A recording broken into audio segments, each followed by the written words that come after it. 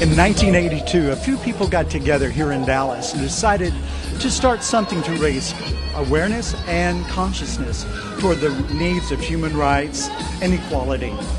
So it's become Dallas's big black tie event, the gala, that everyone knows about all across the country. It's the biggest event of its kind in the country.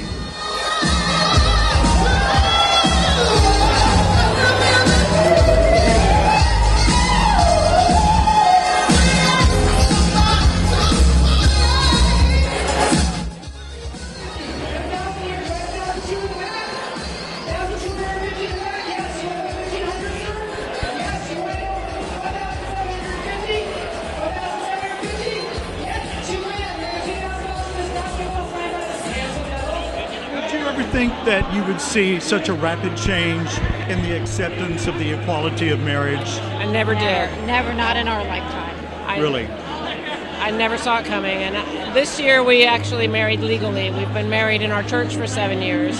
But this year to be able to go and get some federal benefits, never thought it would have happened. And to have a judge in Chicago say you're now legally married, it gives me goosepimples right now just thinking about it.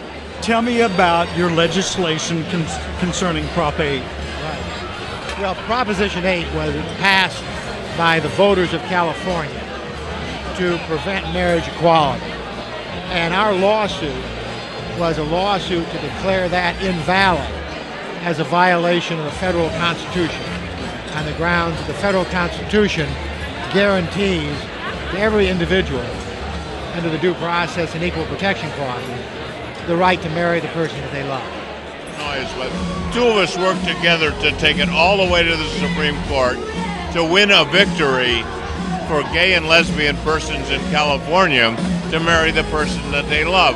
That meant tens of thousands of people were so gratified that we were able to have a chance to do that and to work together. Our two law firms worked together to bring that about.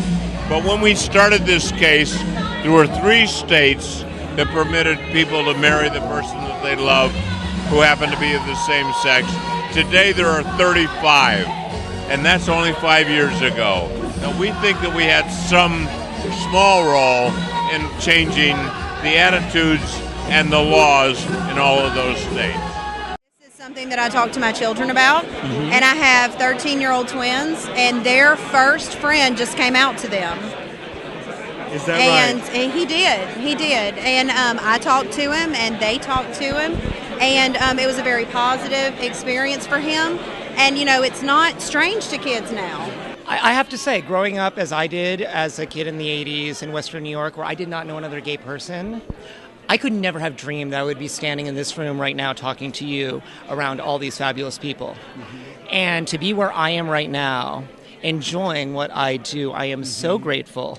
And again, going back to world equality, we need to not get complacent, but we need to realize we've moved so fast. We have to adjust our leadership for 2014 and 15 and beyond so that we can make change globally.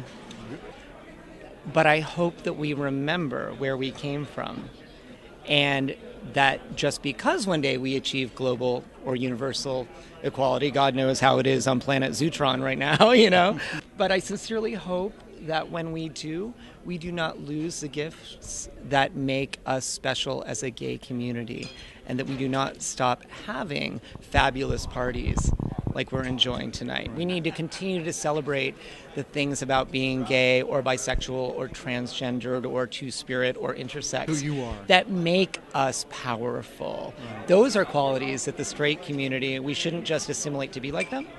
We should remember who we are and hope that some of those bad conservative people draw some of what we have to make this world more fabulous. For us, if we're really going to fight, we need to be united. We need to push forward and be united. We cannot cause any divide within our own. We've got to work together. Make our message clear and loud. And tonight does that. Tonight is the clearest, and tonight is the proudest we can be. We are here to do what's right, raise money, and to make our message clear. I'm proud. I've never seen a more united front, and everyone having a good time to look and getting together to support and rally for what we believe in. I mean, this is the core of our being. We have to do it at some point, and what better night than tonight?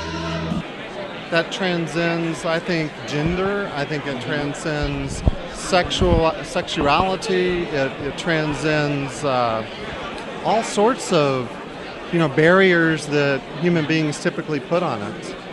So everybody should just be valued for whatever they have, whatever gifts and talents they bring. They have a value. I would say absolutely we are. I mean, look at Dale Hansen, what he did for this community. And for, people in Texas that saw him and heard him and listened to him and to make the points that he made. It's amazing. We're making strides. It's a slow boat, but we're getting there. I think it is harder in a small town. Even being a liberal, forget any other labels you want to put on it. A lot of my friends in my small town in Iowa aren't real happy when they hear some of the things I say just because of my political beliefs. And I think it's just a little bit more of a close-knit thing. I think when you do strip it all down, people are eventually people. There are good people in small towns, but I think in America today, it would be harder for a gay man or a gay woman to come out openly in a small town as compared to coming out in Dallas or Los Angeles or New York. Right. What's the greatest fear, if any, that you had when you decided to write that statement? I had no fear. A lot of people ask me that, and I always thought it was simply common sense. I knew that there would be a lot of haters, and they have come out, but they've been around me for a long time. So I really had no fear about it at all. I thought the issue through, like some of the lines I came up with, like the argument that I was making. And when it was all said and done, to me it was simply common sense. And I've never been afraid of being a lightning rod. I've never been afraid of people disagreeing with me. And I think it's one of the problems we have in politics, for example, today. People are afraid to just stand up and say what they believe. And good or bad, I've never been afraid to do that. I want to play my sport and not face my true self. I didn't want to acknowledge it, so I denied it. But after playing 10 years in the NBA, something odd happened. We got knocked out to start the 2011-2012 season. During that time, with no basketball, I realized that I couldn't hide myself in the game. You can't make people do the right thing. Mm-hmm. Yeah. When do you wrestle with that the most? Well, I have a lot of experience with just dealing with family matters and family issues that all of us have issues where it isn't just about sexuality, but it could be about anything, where you might have a family member who has an issue, but sometimes doesn't want to put the mirror up to their face and see when people telling them that there's an issue. Some people recognize that there is an issue, but yet don't want to do anything about it. They just are happy with status quo.